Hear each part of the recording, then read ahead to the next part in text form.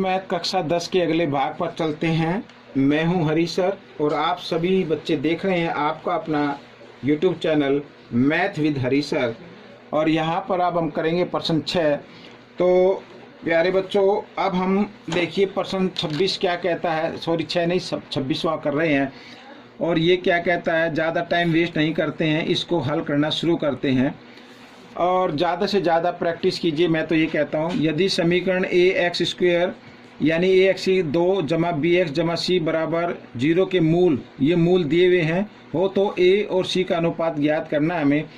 ए और सी बच्चों आता है, ये मूलों के गुणनफल में आता है। तो सबसे पहले मूलों का गुणनफल निकाल लें और उससे पहले मूल हमें दिए हुए हैं, ये आप देख ही सकते हैं। जमा घटा का मतलब है ये, एक बार जो इसको जमा में लिखना है और एक बार इसको घटा में लिख दीजिए इस तरीके से। ठीक है, ये मूल हो गए और मूलों का गुणनफल से ये आ जाएगा, क्योंकि मूलों का गुणनफल क्या होता है ये आप सभी बच्चे जानते हैं। मूलों का गुणनफल मैं लिख देता हूँ यहाँ पर। मूलों का गुणनफल होता है बच्चों C/A, ठीक है ना।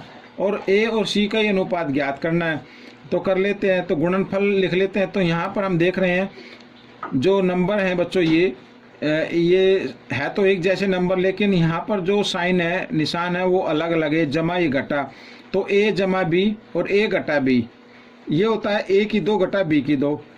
तो A की 2 घटा B की 2 इस तरीके से, ठीक है। ये हमने इनको गुणा कर दिया है, A की 2 घटा B की 2। आप 5 को 2 बार गुणा करें कितना आएगा, 25 घटा, और वर्गमूल 5 को 2 बार गुणा करें तो 5 आ जाएगा। 25 में से 5 घटा दिया, 20 आ गया। ठीक है, ये आ गया। अब ये आया है बराबर C/A के। यहाँ पर A तो कुछ है तो 1 मान लीजिए। तो हमें करना है A अनुपात C का अनुपात ज्ञात करना है। तो A अनुपात C, तो A तो 1 है, 1 अनुपात 20, ये आपका उत्तर बन गया बच्चों। अगला प्रश्न नंबर 27 क्या कहता है ये भी देख लेते हैं। P का वह मान बताओ जिसे द्विघात समीकरण Px की 2 जमा 6x जमा 4P बराबर 0 के मूलों का गुणनफल मूलों के योगफल के बराबर हो। बहुत ही आसान है ये भी।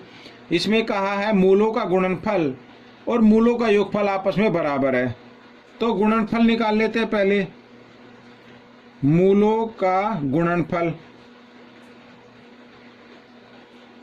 बहुत ही आसान है बच्चों। मूलों का गुणनफल होता है C/A, ठीक है। C क्या है यहाँ पर, ये C ये रहा 4P, तो 4P/A। A क्या है, P है, ये रहा, ठीक है। इस तरीके से मूलों का गुणनफल निकाल लेते हैं। मूलों का गुणनफल, सॉरी योगफल, गुणनफल तो निकाल चुके हैं, योगफल निकाल लेते हैं। योगफल होता है घटा B/A। अब यहाँ पर बच्चों B क्या है, 6 है, तो घटा 6 लिखेंगे। और A क्या है, A है बच्चों यहाँ पर P, तो P लिख देना है।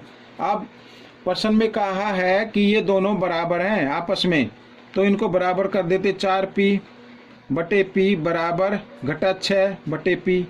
P से P कट गया यहाँ पर, और साथ ही आप चाहे तो इनको 2 से भी काट सकते हैं। 2 दूनी 4, 2 तिया 6। तो कहने का मतलब ये है कि अगर P को यहाँ पे इसके नीचे 1 मान लीजिए, P को 2 के साथ गुणा कर दीजिए, 2P आ जाएगा और बराबर यहाँ पे आएगा घटा 3। इस तरीके से P का अगर मान निकालें तो घटा 3/2 आ जाएगा बच्चों, ये आपका उत्तर निकल गया।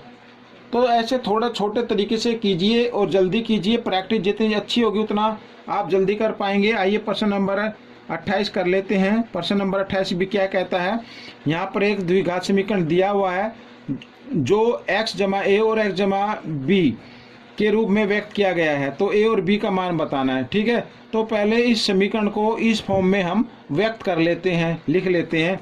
तो ये करने के लिए आपको इसके समीकरण के गुणनखंड करने होंगे। बेसिक तरीके से कर लेते हैं बच्चों। अब आखिरी पद और पहले पद को अगर गुणा करें घटा 6x⁻2 आएगा, और बीच वाला पद जो है वो घटा में है, और आखिरी पद भी यहाँ घटा में था। घटा और जमा, घटा जमा घटा होता है, यानी यहाँ पर जो बीच वाला पद है ये घटाने पर आना चाहिए 5, ठीक है ना। तो वो होगा घटा 6x और जमा 1x। अब गुणा करें तो ये आ जाएगा, और उनको आपस में घटाए तो 5x आ जाएगा, क्योंकि बड़े नंबर के सामने घटा का निशान है। अब इसको बढ़ा लेते हैं आगे, घटा 5x की जगह इसके टुकड़े लिख लेते हैं, घटा 6x जमा 1x घटा 6 बराबर 0। अब दो दो पद लेते हैं, इनमें से कॉमन निकाल लेते हैं, x कॉमन है दोनों में, यहाँ 1x बच गया घटा 6, और जमा इन दोनों में कॉमन कुछ नहीं है तो 1 मान लेना, तो x घटा 6 बराबर 0। तो एक तो आ गया x घटा 6 और एक आ गया x जमा 1, ठीक है। दोनों ब्रैकेट में से एक नंबर लिखना है और एक ये बाहर वाले को लिखना है, बस। तो ये आपका प्रश्न हो गया। अब यहाँ पर बच्चों क्या करना है, अब आपको इस फॉर्म में हमने लिख दिया है, तो हमें a का और b का मान बताना है। तो a का तो आ गया घटा 6 और b का आ गया बच्चों यहाँ पर 1, ठीक है ना। अब इसमें थोड़ा सा एक चीज़ मैं बता दूं आपको कि हो सकता है कि कुछ बच्चे इसको पहले लिख लें, तो a का मान फिर 1 होगा और b का मान घटा 6 होगा, तो ये आगे पीछे हो सकता है, कोई दिक्कत नहीं है, ठीक है। आइए करना शुरू करते हैं। Question number 29। तो यहाँ पर 29 कहाँ पे मिलेगा, अभी ये देखता हूँ मैं, इधर मैंने लिखा हुआ है, तो जहाँ भी पेज मिलता है मैं वहीं पे कर देता हूँ। ये रहा, ये रहा। तो प्रश्न नंबर 29 क्या कहता है, के का धनात्मक मान बताओ, धनात्मक मान बताना, जमा में बताना है, जिससे समीकरण ये दिया हुआ है और ये समीकरण के वास्तविक मूल हो, वास्तविक मूल हो, यानी कि डी वाले फॉर्मूले से करना है, बी की 2 घटा 4 AC, बस इससे कर लेना है। और के का मान निकालना है, तो इसको कर ले लीजिए पहले, बी यानी के की घात 2, बी तो यही होगा ना, ये ABC, ठीक है। तो घटा का निशान 4 लिखना है, ए क्या है, ए क्या x के साथ कुछ नहीं है, कोई भी गुणांक नहीं है तो 1 लिखो, सी क्या है 64 है, ये बराबर 0 मान लीजिए। के को 2 बार गुणा किया, 64 को 4 से गुणा करेंगे 256 आएगा बराबर 0। के की घात 2 घटा 256 को बराबर के साथ से इधर ले आओ, जमा 256 हो जाएगा, और 2 इधर वर्ग में बराबर के निशान से इधर आएगा तो वर्गमूल में बदल देना इसको। 256 का वर्गमूल होता है बच्चों 16, तो ये आपका उत्तर आ गया। तो इस तरीके से करना है। अब इस भाग का आखिरी प्रश्न हम कर लेते हैं। अब देखो, यदि घटा 4 द्विघात समीकरण, ये समीकरण दिया का एक मूल है ये, ठीक है। तो द्विघात समीकरण, ये फिर एक और है, के मूल समान है, यानी मूल भी समान है, तो के का मान बताओ। तो बच्चों एक चीज याद रखनी है, जो भी मूल दिया होता है वो उस समीकरण को संतुष्ट करता है, यानी उस समीकरण में अगर उसकी वैल्यू को रख दो तो 0 के बराबर आती है, ठीक है ना। तो हम क्या करेंगे, घटा 4 को इस पहले समीकरण में रख देते हैं, तो जहां पर x लिखा है वहां पे आपको 4 लिख लेना, घटा 4। तो यहाँ पे घटा 4 की 2 जमा p, x लिखा है x की जगह फिर घटा 4 इस तरीके से, और घटा 4 बराबर 0। हमने ये जो घटा 4 है ना इस समीकरण में रख दिया है। अब घटा 4 को 2 बार गुणा करेंगे तो 16 जमा यहाँ पर 4 को p के साथ करें तो घटा आ जाएगा बच्चों, ये घटा का निशान, घटा 4p और घटा 4 बराबर 0 इस तरीके से। अब 12 में से 4 घटा दीजिए, ये घटा 4p आएगा बराबर, और 16 में से 4 घटाएं तो 12 आएगा, और बड़े नंबर के सामने जमा का निशान है तो जमा 12 आएगा, जमा 12 को इधर लेके आएंगे तो घटा 12 हो जाएगा। घटा से घटा का निशान कट गया, पी का मान आ गया बच्चों, यहाँ पर 4 इधर गुणा में इधर आकर ये भाग में आया, 4 एकम 4, 4 3 12, तो पी बराबर आ गया 3, पी का मान आ गया। अब पी का मान आ गया तो के का मान बताना है। अब के का मान हम बता सकते हैं आसानी से, कोई दिक्कत ही नहीं है।